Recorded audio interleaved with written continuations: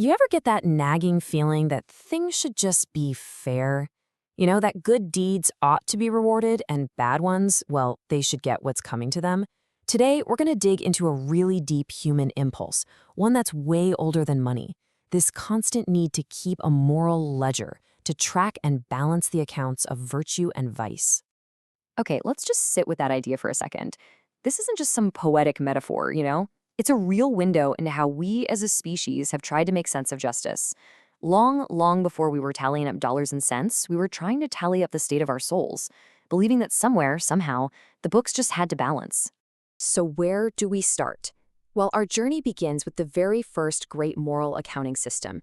It's a concept a lot of us have heard of, but maybe not quite like this.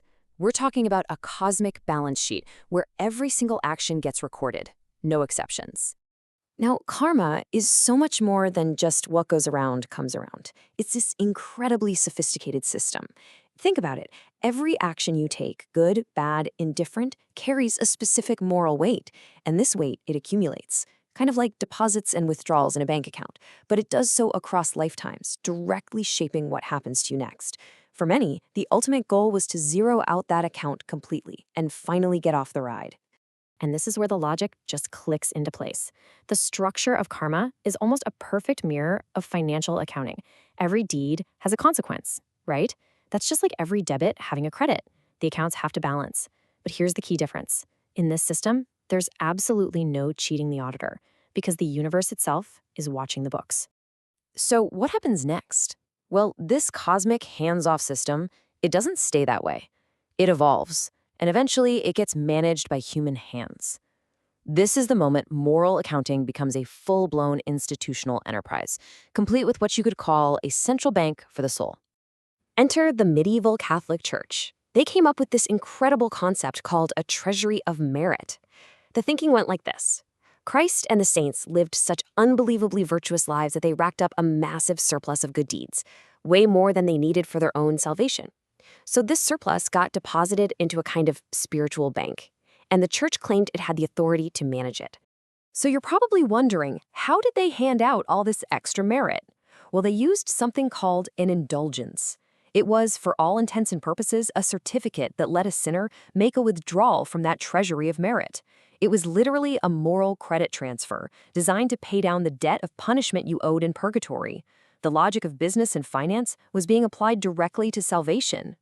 And oh boy, it did not take long for this system to get highly commercialized. This famous jingle, basically a marketing slogan from a friar named Johann Tetzel, shows you just how transactional it all became. The promise was incredibly simple and powerful. Your cold, hard cash could directly spring a loved one's soul right out of suffering.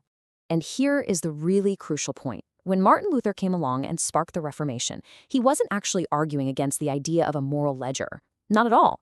He was arguing about who gets to be the accountant. He believed the church had zero authority to manage these spiritual transactions.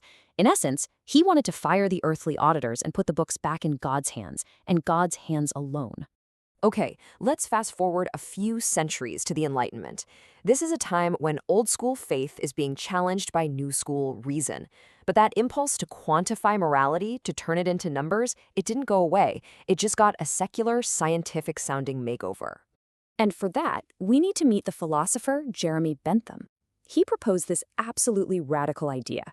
What if we could figure out the morality of any action with simple arithmetic? He called it the philosophic calculus, which is just a fancy name for a happiness spreadsheet. The goal was to add up all the pleasure an action creates, subtract all the pain it causes, and whichever action had the highest score, well, that was the most moral one. Simple. So how on earth do you do that?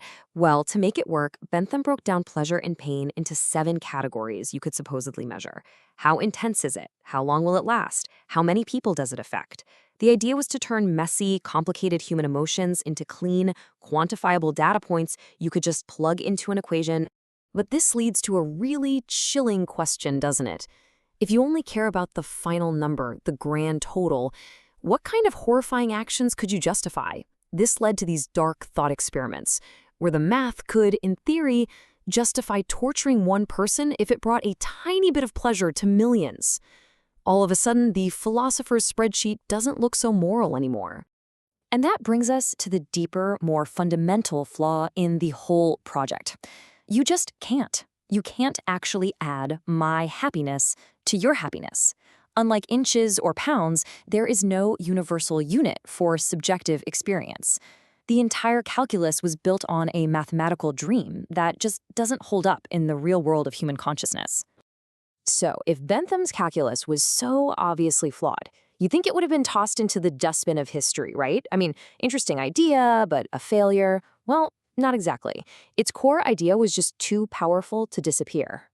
Because that core impulse, that need to weigh costs against benefits, pleasure against pain, it didn't just vanish because a few philosophers pointed out its problems. It was too useful.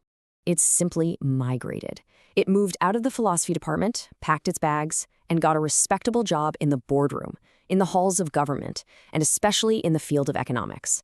It found a new life, shaping the world that we all live in every single day.